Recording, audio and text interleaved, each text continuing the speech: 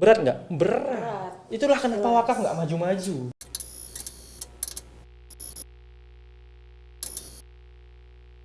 Oke. Assalamualaikum warahmatullahi wabarakatuh. Waalaikumsalam warahmatullahi wabarakatuh. Hai Sobat Wakaf Indonesia. Oke, jadi sebelumnya kenalin aku Balkis di sini dari Ekonomi Islam Universitas Airlangga.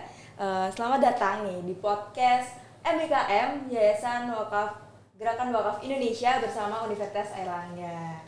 Nah, kesempatan kali ini nih kita bakal ngobrolin mengenai wakaf di mata milenial. Untuk itu di sebelah aku, tepatnya di depan aku, di sini udah ada kita datengin nih Siapa orang, tuh? bukan orang biasa ya Mas, bukan orang yang kaleng-kaleng nih. Ada Mas, nama lengkapnya nih Aufar Fadlul Hadi SIM MACA, bener ya Mas? Bener, alhamdulillah. Aku sapa dulu dah. Assalamualaikum gimana? Mas Aufar. Waalaikumsalam, Dek. Gimana? Iya. Sehat? Sehat alhamdulillah. Oh, kok Mas. kebalik nanya ya? Harusnya saya. Gimana Mas Aufar kabarnya hari ini? Ya begitu-begitu saja, yang nama juga hidup ya. Iya. Kadang Iya, kadang kita feel good, kadang kita feel bad. Ya kalau sekarang sih feel good. Alhamdulillah. Oke. Harus good setiap hari sih Mas ya Oh kalau ya. bisa. Oke. Nah Mas Aufar ini bener ya Mas Aufar merupakan sarjana sekaligus magister di akuntansi Universitas Airlangga. Terus juga pernah nih di Puspaunar. Jadi gini deh. Aku bisa menyebutkan bahwa aku adalah seorang akuntansi, lulusan akuntansi yang terjebak di dalam dunia zakat wakaf ya. Nah, hijrah ya. iya, sebelum itu mungkin aku mau jelasin sedikit gini, kenapa aku bisa dalam istilah quote and quote terjebak ke dalam dunia ziswaf. Waktu itu gini deh. Di akuntansi itu ada sub pembahasan mengenai akuntansi sektor publik. Oke. Nah, yang mana sektor publik ini dia kebalikannya dari sektor bisnis. Jadi di sana kita nggak ngomong profit, kita ngomong masalah kesejahteraan masyarakat, gitu-gitu. Sosial ya, Mas, Sosial ya? sekali. Nah, kebetulan waktu itu aku tertarik ke sana. Skripsiku juga mau ngambil ke sana, tapi akhirnya tidak jadi karena dengan satu dan berbagai macam hal. Nah, ketika aku sedang menyusun skripsi itu, ternyata ada salah satu dosen yang melihat kemampuanku dalam menyusun akuntansi sektor publik gitu loh. Oke. Terus ditanyain sama beliau, kamu kalau akuntansi syariah bisa nggak? Bisa.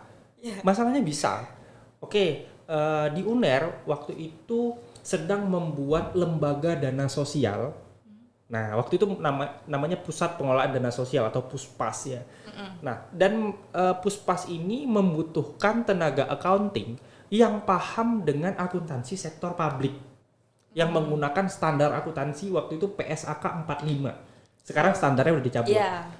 Nah, dan ternyata tidak banyak orang yang bisa, tidak banyak mahasiswa ya yang tertarik untuk membahas akuntansi sektor publik. Benar. Nah, kebetulan aku tertarik di situ. Makanya diajaklah untuk gabung ke Pusat Pengelolaan Dana Sosial sebagai accountingnya, begitu. Nah, sebagai gambaran saja, waktu itu di Puspas itu kan ada dua jenis donasi ya. Ada dana sosial, ada dana abadi nih. Nah, dana sosial itu dana yang dikumpulkan langsung disalurkan. Gitu. Dana abadi ini dana yang dikumpulkan, dikelola dulu, hasilnya baru disalurkan. Nah, terus aku tanya, kalau skema kita dana sosial dan dana abadi, kenapa nggak dana abadi ini jadi wakaf saja? Kan secara proses bisnisnya ini sama aja gitu loh. Iya. Kenapa nggak kita menamakan ini dengan wakaf sehingga orang yang nyumbang itu dapat pahala yang lebih besar? Benar. Karena akadnya jelas. Gitu. Nah, sebelumnya FYI aja nih gitu ya. Iya. Kita tuh waktu itu terinspirasi dari Oxford, kita terinspirasi dari Al-Azhar yang mereka memiliki endowment fund. Endowment fund itu yang dana abadi tadi deh. Iya. Nah, berdasarkan sejarah itu, akhirnya di bulan Oktober seingatku apa Agustus ya 2018, UNER ini mengajukan diri menjadi nazir wakaf atau pengelola wakaf gitu loh. Nah, sempat ditolak karena kita menggunakan nama puspasnya, yang mana puspas itu dia seperti unit kerjanya dari UNER. Nah, unit kerja nggak boleh ternyata. Kita waktu itu ditolak sama Badan Wakaf Indonesia. Nah, terus kita mengajukan kembali atas nama universitasnya, atas nama Universitas Airlangga, dan waktu itu disetujui. Nah, akhirnya kalau nggak salah bulan 9 tahun 2018, UNER itu menjadi universitas pertama dan satu-satunya yang mengelola wakaf. Jadi kita sama UIN itu mesti menang kita loh. Sampai dibilangin ini UIN air ini. UIN Air. UIN Air. Oh gitu. Bahkan UIN pun yang mereka nge-state nama dia Islam itu ya yang nggak ngurusi wakaf ternyata. Bahkan mereka belajar ke kita gitu loh. Nah, IPB belajar ke kita, ITB belajar ke kita. Gitu, dan Telkom belajar kita. Waktu itu kita dikunjungi banyak orang lah. Masya Allah ya, banyak, lumayan ya jadi. Ya lumayan. Nah, jadi waktu itu kita berpartner dengan GWI, Gerakan Wakaf Indonesia. Nah, jadi terima kasih juga untuk GWI ini yang telah mempromosikan UNER sebagai universitas pertama yang ngurusi wakaf gitu ya. Masya Allah. Nah, waktu itu ada kerjasama juga antara GWI dengan UNER, kalau nggak salah di bulan November 2018, kita membuat acara bareng tuh namanya Wakaf Goes to Campus. Nah, itu awal mulanya. Nah, di Wakaf Goes to Campus ini kita memaparkan kepada semua orang bahwa wakaf itu sebenarnya gampang dan mudah. Semua orang itu bisa berwakaf. Kita sampai munculin produk itu namanya GEBU, Gerakan Wakaf 1000. Wah. Nah, gini deh. Kalau seandainya mindsetmu itu tentang wakaf hanya tanah dan bangunan, maka orang kayak kamu tuh nggak akan bisa pernah berwakaf kecuali udah besar, udah memiliki penghasilan yang banyak. Itu pun kamu belum tentu berwakaf. Kamu pasti mikir gimana caranya aku beli rumah, beli tanah dulu. Yang lainnya. Ketika lebih baru kamu berwakaf. Benar banget. Artinya kamu baru bisa berwakaf ketika kamu tua. Masalahnya apakah kamu bakal jadi tua? Gitu ya pertanyaannya. Masuk akal ya? Masuk akal. Nah, makanya program kita itu namanya GEBU, Gerakan Wakaf 1000. Ternyata wakaf itu bukan hanya tanah dan bangunan saja loh. Tapi dari 1000 juga bisa berwakaf gitu ya Mas ya. Wakafkanlah hartamu. Kamu belajar akuntansi nggak sih? Belajar dong, anak FEB. Ingat ini komponen neraca nggak? Kan ada harta atau aktiva ya. Ya, benar. Terus di sisi pasifanya kan ada hutang dan juga modal. Masih ingat nggak? Ingat kan? Wah, awas kamu nggak ingat itu. Agak ini ya. Nah, artinya kalau nasnya itu menyebutkan bahwa wakafkanlah hartamu, di dalam komponen neraca itu seluruh harta itu bisa diwakafkan. Tapi ada pengecualiannya. Harta-harta yang bersifat temporer dan risiko tinggi itu nggak boleh. Contoh seperti persediaan. Kamu nggak bisa mewakafkan persediaan. Dan yang bersifat risiko tinggi piutang. Kamu nggak bisa mewakafkan piutang. Kenapa? Karena piutang itu belum tentu tertagih. Benar. Ya. Nah, tapi komponen neraca yang lain itu bisa. Kamu bisa wakaf tanah, bangunan, kas, kendaraan, paten, kamu bisa mewakafkan itu. Aktiva lain-lain kamu bisa mewakafkan itu. Gitu. Nah, berarti wakaf itu bukan hanya tanah dan bangunan saja. Kas juga boleh. Masalahnya, berapa uang yang jadi minimal orang berwakaf? Jawabannya tidak ada. Benar, tidak ada minimal. 1000 pun kamu bisa. Cuman memang ada aturan dari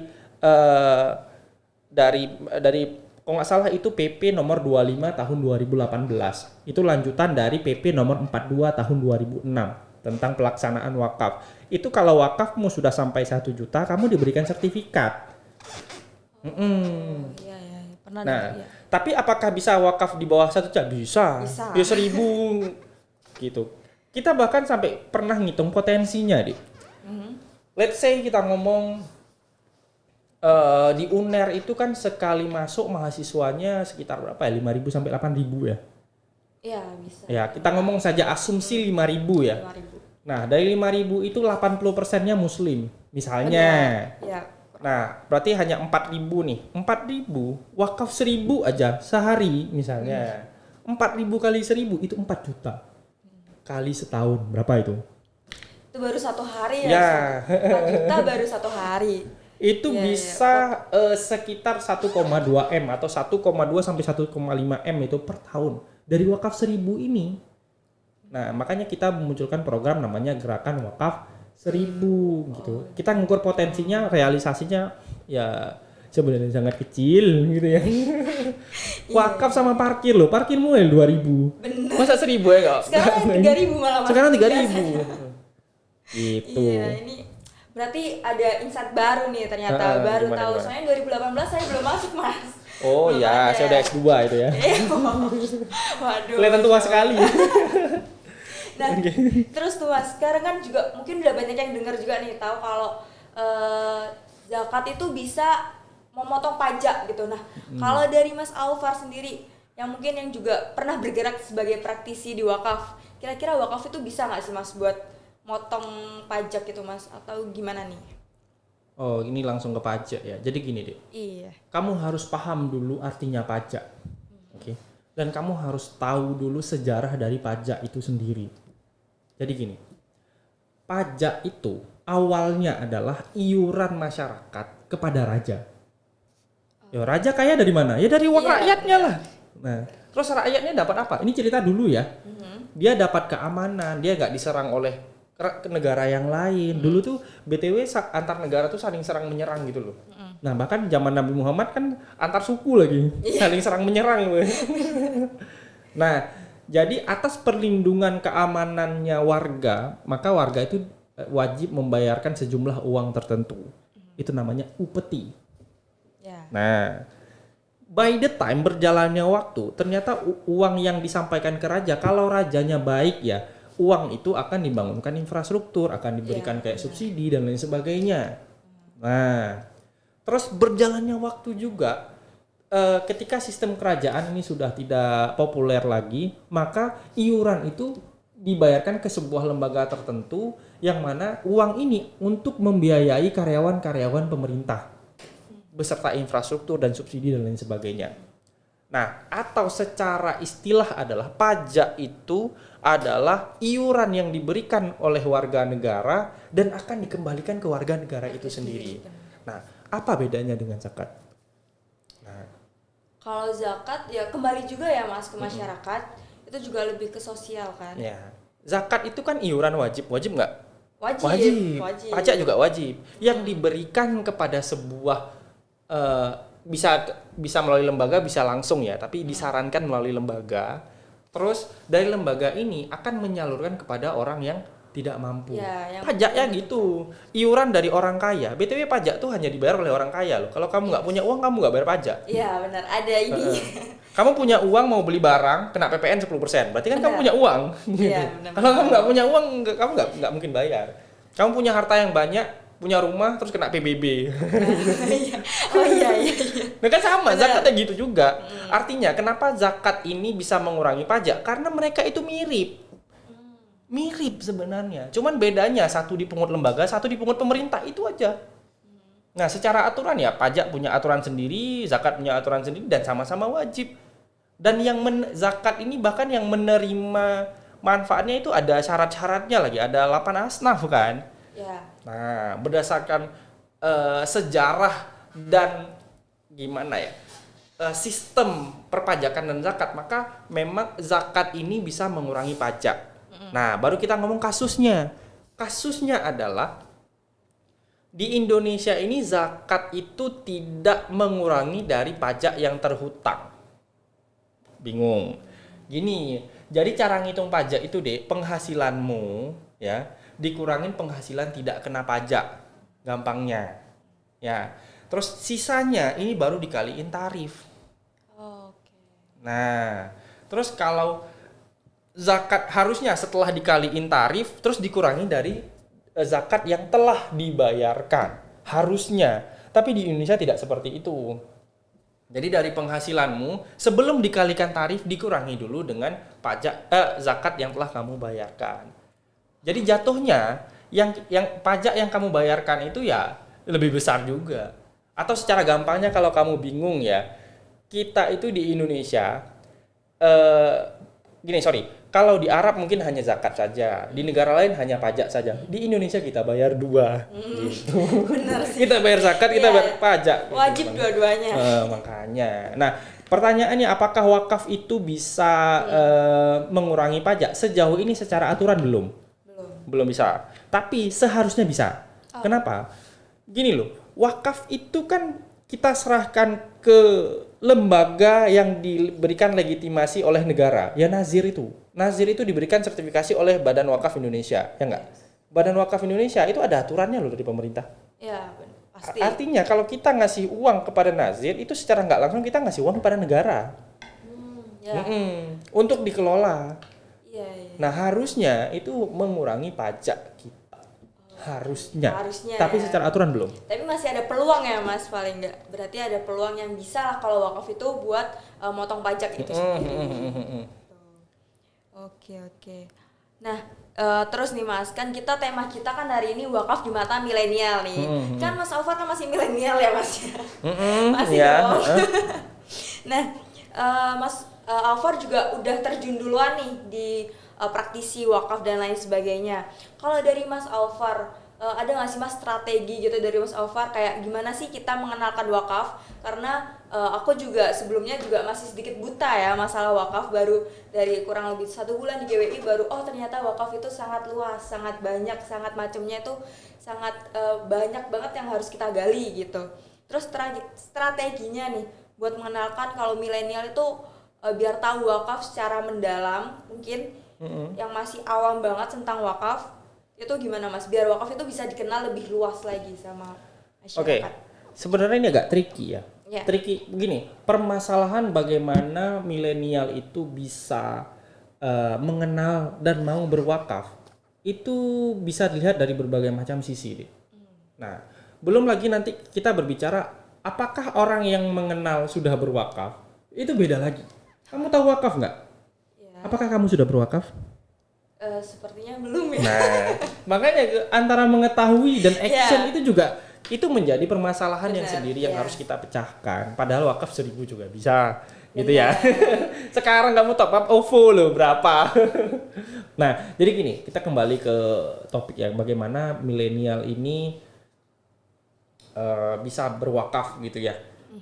Yang pertama mereka harus kenal dulu pastinya. Karena mindset orang kebanyakan mungkin yang tahu wakaf itu ya hanya orang ekis saja ya. Maksudnya tahu secara cukup mendalam ya. Karena orang luar memikirkan wakaf itu hanya tanah dan bangunan saja deh. Yang mana kayak orang-orang kayak aku nih ya belum bisa berwakaf karena aku belum punya tanah dan aku juga belum punya bangunan. Bapakku yang punya kan gitu. Artinya aku ya nggak bisa berwakaf. Nah, kita harus memberikan informasi bahwa wakaf bisa semudah itu loh. 1.000 juga bisa, dari HP-mu ya bisa. Benar. Gitu. Daripada kamu pakai misalnya beli rokok ya. Ya, 20.000 berapa ya rokok 20.000. sekarang nggak ngerokok BTW. Berapa ya? Anggapannya 25.000 lah. 25.000 sehari 4 hari 100.000. Iya dong. Nah, 40 hari 1 juta. Nah, kalau 1 juta itu kamu dapat sertifikat wakaf. Terus sertifikat wakaf ini kamu pamerin kepada bebekmu. Waduh, ini bisa kan ya. Bisa ya. Cari. Kulamar kau dengan sertifikat wakaf kan bisa kan? BTW. Yeah. Wakaf itu pahalanya mengalir sampai kamu meninggal itu. Bahkan ketika kamu meninggal pun pahalanya masih ngalir loh. Benar. Daripada kamu ngasih bunga ya. Mending kamu kasih sertifikat wakaf. Boleh. Atas nama bebekmu gitu ya. Nah, mengatasnamakan benar. Cuman sih. masalahnya kalau ditolak, namanya sudah terkadung gitu. Berbagi pahala tapi kan Mas. Gak apa-apa. Tapi pernah punya kepikiran sih. Jadi gini deh. Kebetulan kan aku juga sudah bekerja. Aku sayang nih ke orang tuaku. Sangat sayang. Siapa coba yang gak sayang sama orang tuanya? Benar. Nah, aku pingin ketika orang tuaku itu meninggal nanti tetap ada pahala yang mengalir ke mereka. Benar. Jadi aku setiap ada penghasilan itu tak sisihkan untuk tawakafkan atas nama orang tuaku. Itulah bukti cintaku kepada orang tuaku. Masya Allah. Ya. Keren banget ya tuh. Ya, betul. Aku nggak mungkin ngasih uang kepada orang tuaku. Orang tuaku ya cukup dengan uang sendirinya kan. Tapi apakah orang tuaku itu mengerti tentang wakaf? Ya kan belum tentu. Nah, maka aku mewakafkan sedikit penghasilanku atas nama orang tuaku. Ya barangkali nanti kalau saatnya meninggal adalah kontribusi aku sebagai anak ya kepada pahala orang tuaku gitu. Karena juga sebagai anak nggak mungkin ya Mas 24 jam kali 7 kita doain orang tua kan nggak mungkin ya. Jadi wakaf. Kok doain ya dong. Tapi kan nggak mungkin setiap hari, setiap menit, 24 jam juga, gitu. Kan? 23. Ya 23 59 ya. 23 59. Nah, jadi gini. Aku mungkin lurusin lagi ya. Mungkin nanti ayatnya kamu bisa cari sendiri. Jadi ada 3 hal yang amal jariah itu yang tidak terputus. Ya, itu. Nah, yang pertama itu adalah anak yang soleh. Nah, masalahnya aku nggak soleh banget ya. Mengakui. Iya kan? Ya benar, nggak bisa menjamin kan ya, Mas. Indikator orang soleh apa coba? Ya benar, kita sebagai anak kan nggak bisa menjamin kita berbakti banget selalu sama orang tua kan nggak bisa. Apakah aku soleh? Bagiku sih enggak ya. Belum ya, bukan nggak Mas, belum. Ya. Yang kedua adalah ilmu yang bermanfaat. Nah, apakah aku akan ngajari orang tua aku? Ya enggak, gila apa? Belum tentu juga kalau itu benar-benar bermanfaat kan Mas. Kan ilmu kita nggak tahu. Ya. Benar. Dan yang ketiga ini adalah sedekah jariah. Nah, cuman ini yang bisa aku lakukan untuk kedua orang tuaku. Benar. Gitu. Makanya salah satu cara berbakti kepada orang tua untuk kita para milenial, kita nabung sedikit aja sampai 1 juta kita berwakaf, terus dapat sertifikat ini atas nama orang tua kita, baru nanti kita berikan ke orang tua. Bu, ini ada sedikit sertifikat wakaf kebetulan, namamu siapa? Balkis. Oh, Balkis. Ya. Ini ada sedikit hadiah dari Balkis, hasil nabung-nabung Balkis. Ini sudah berwakaf atas nama ibu atau bapak. Itu nangis orang tuamu, Dek. Banget sih kayaknya ya udah kayak langsung harta warisan ke kamu semua itu. Boleh sih. Tapi masih sedekah jariah itu emang kayak yang paling mudah lah ya Mas untuk kita. Ini salah satunya dengan berwakaf. Benar banget. Jadi mungkin ini ya Mas, sosialisasinya ya Mas untuk wakaf biar orang yang awam, terutama milenial yang kayak kita gini ya kan, itu bisa untuk berwakaf dari 1.000 bahkan 500 pun masih bisa kan Mas, nggak ada minimal gitu untuk berwakaf. Ya 1.000 itu udah bagiku terlalu murah ya. Kamu parkir loh 3.000. 3.000. Kenapa kamu harus masih tawar dari 500 ya? Iya benar. Kamu tahu nggak sih biaya admin tuh 6.500? Iya. Iya, admin lebih mahal ya daripada wakafnya. Apakah kamu tidak sadar ketika kamu scan kris itu kan ada biaya admin 2.000 ya, sedangkan kamu berwakaf 500 gitu loh. Lah ya bacot sih. Tahu ya. Ya Allah. Oke. Jadi memang yang pertama adalah sosialisasi. Oke. Nah, mungkin terus kalau dari situ kalau sebagai Mas Alvar yang masih masih milenial, harapannya tuh apa sih Mas untuk zakat, melihat keadaan zakat atau potensi zakat yang masih belum bisa dikembangkan gitu Mas di Indonesia ya khususnya kan kita di Indonesia. Oke. BTW, aku selain praktisi itu juga peneliti tentang wakaf ya. Banyak publikasi internasional itu yang aku bahas tentang wakaf, dan juga aku punya beberapa buku yang membahas tentang wakaf juga. Nah, jadi begini. Kalau orang lain mungkin menjawab, oh ya ini literasi wakafnya harus ditingkatkan. Nah, tapi bagiku, ya itu benar, cuman ya mungkin terlalu banyak yang menjawab itu ya. Jadi aku ingin menjawab bahwa tata kelolanya harus bagus deh. Tahu nggak kamu tata kelola itu apa? Bagaimana kita menata dan bagaimana kita mengelola sebuah organisasi. Nah, kalau bahasa Inggrisnya itu governance. Nah, tata kelolanya. Tujuan akhirnya apa? Supaya lembaga wakaf ini sustain. Nah, menjawab pertanyaan yang tadi ya, bagaimana wakaf ini, apa masukan wakaf supaya wakaf ini diterima ya? Harapannya. Nah, tata kelola wakaf ini gini, bagiku ya, setelah melakukan research, memang aku nggak lama sih research tentang wakaf itu, baru sekitar 4-5 tahun lah, dari tahun 2018 itu ya. Nah, isu tentang tata kelola wakaf ini masih sangat-sangat terbuka. Kamu kalau nulis penelitian, entah itu skripsi, tesis, dan sebagainya, itu silahkan bahas tentang itu. Nah, tata kelola wakaf ini bisa kita lihat ya dari berbagai sudut pandang. Salah satunya adalah kamu bisa melihat dari input, proses, output. Nah, itu bisa. Dari input ini kamu bisa melihat bagaimana dia memasarkan produk wakafnya, bagaimana tentang literasi wakafnya, bagaimana dia mengkolek dana wakafnya, bagaimana dia nyimpen. Kan transfer dana wakaf ini nggak bisa ke sembarangan bank. Harus bank-bank yang termasuk dalam LKS PWU atau Lembaga Keuangan Syariah Penerima Wakaf Uang. Hanya kepada bank-bank itu saja. Masalahnya apakah orang lain tahu? Nggak tahu.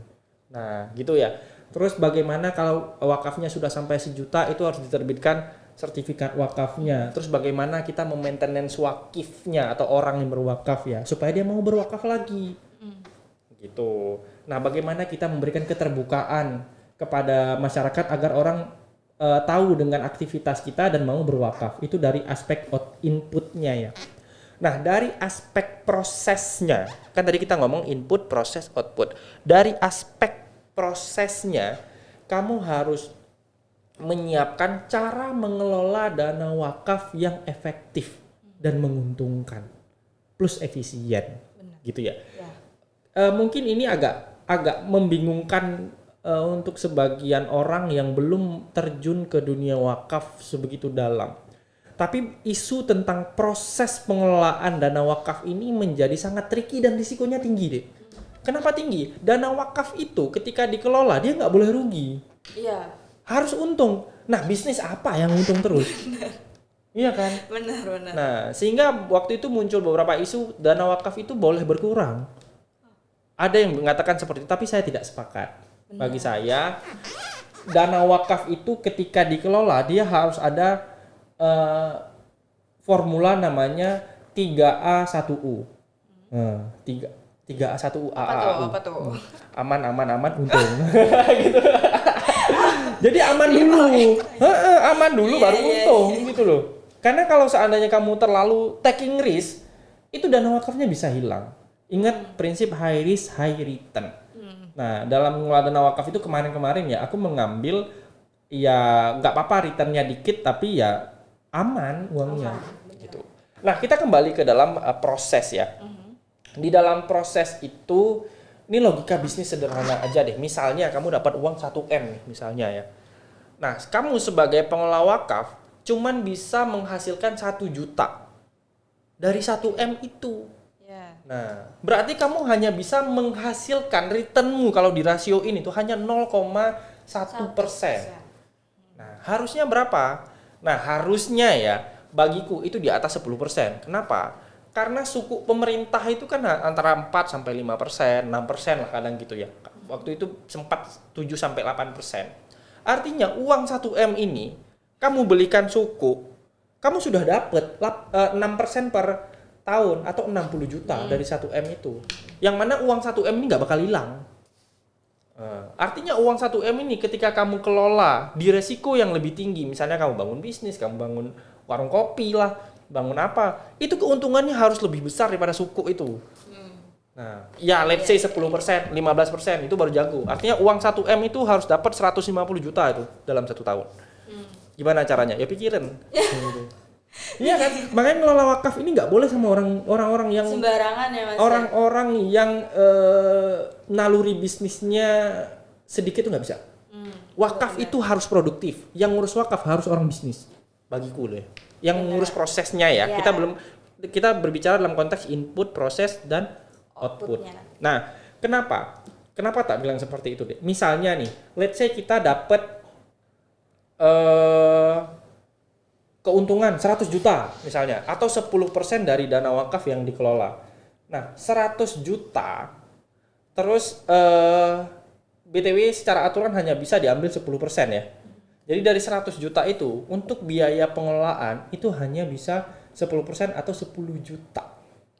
Nah, dari 10 juta ini kalau dibagi 12 itu mungkin hanya 800.000. Iya. Untuk per orangnya. Per orang. Masalahnya pengelola wakaf mana yang mau digaji 800.000 sebulan ya.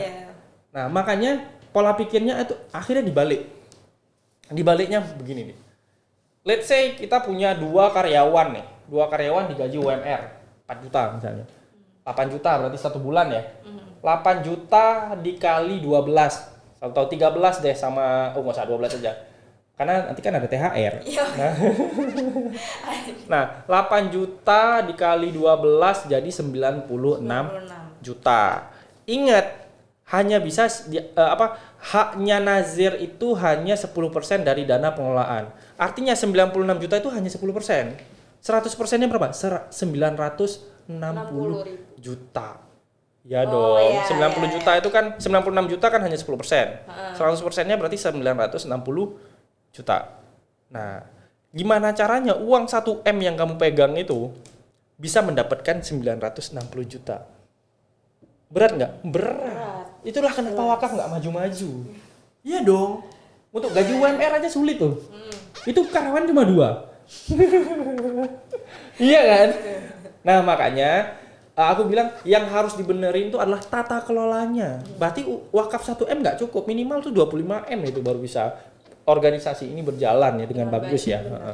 Nah, baru kita ngomong masalah outputnya. Ingat dalam kerangka input, proses dan juga output. Nah, dalam kerangka output ini bagaimana dia menyalurkan kepada siapa saja dan bagaimana ada istilah namanya rekapitalisasi. Karena dana wakaf ini uang 1M sekarang dengan uang 1M 5 tahun lagi beda nggak? Beda. Pasti. Kemakan inflasi kan? Benar. Makanya harus ada dana hasil pengelolaan itu yang direkapitalisasi atau dimasukkan ke dalam pokok wakaf itu deh, supaya nilainya tuh nggak habis. Gitu. Nah, nanti ketika disalurkan, misalnya nih, orang miskin harusnya ya setelah disalurkan dia tidak miskin dong. Benar. Nah, logikanya gitu. Kan. Ini kalau seandainya dia miskin dibantu makin miskin lah, apa dibantu kan? Kan gitu ya.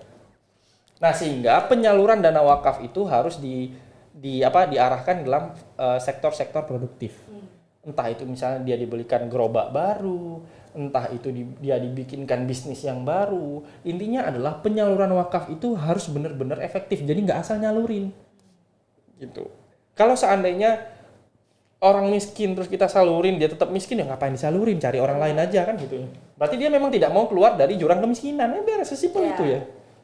Gitu. Benar-benar. Oke, jadi emang yang harus diutamakan terutama di Indonesia itu masalah pengelolaannya ya Mas. Tata kelola sih. Tata kelolanya. Nah, dari tata kelola itu dari input terus juga proses dan juga outputnya yang pasti harus berproduktif. Jangan cuman kayak ngasih barang-barang yang bisa ada umurnya kayak gitu teman-teman. Oke, thank you Mas Aufar. Thank you so much sudah diundang. Dan juga buat teman-teman semuanya, wakaf itu juga gampang banget. Kayak tadi ada gerakan wakaf 1000, dari 1000 kalian udah bisa berwakaf. Dan juga untuk itu, untuk selanjutnya mungkin bisa kita mulai dari berwakaf dari nominal yang paling kecil yang paling kalian bisa, karena wakaf itu sangat besar ya Mas ya. Oke, mungkin cukup sekian nih, mungkin segini aja dulu dari kita. Terima kasih sekali lagi buat Mas Aufar dan juga Sobat Wakaf Indonesia semuanya yang udah lihat nih, udah mendengarkan bagi ilmu dari Mas Aufar. Sampai jumpa di podcast selanjutnya. Bye bye. Assalamualaikum warahmatullahi wabarakatuh. Waalaikumsalam warahmatullahi wabarakatuh.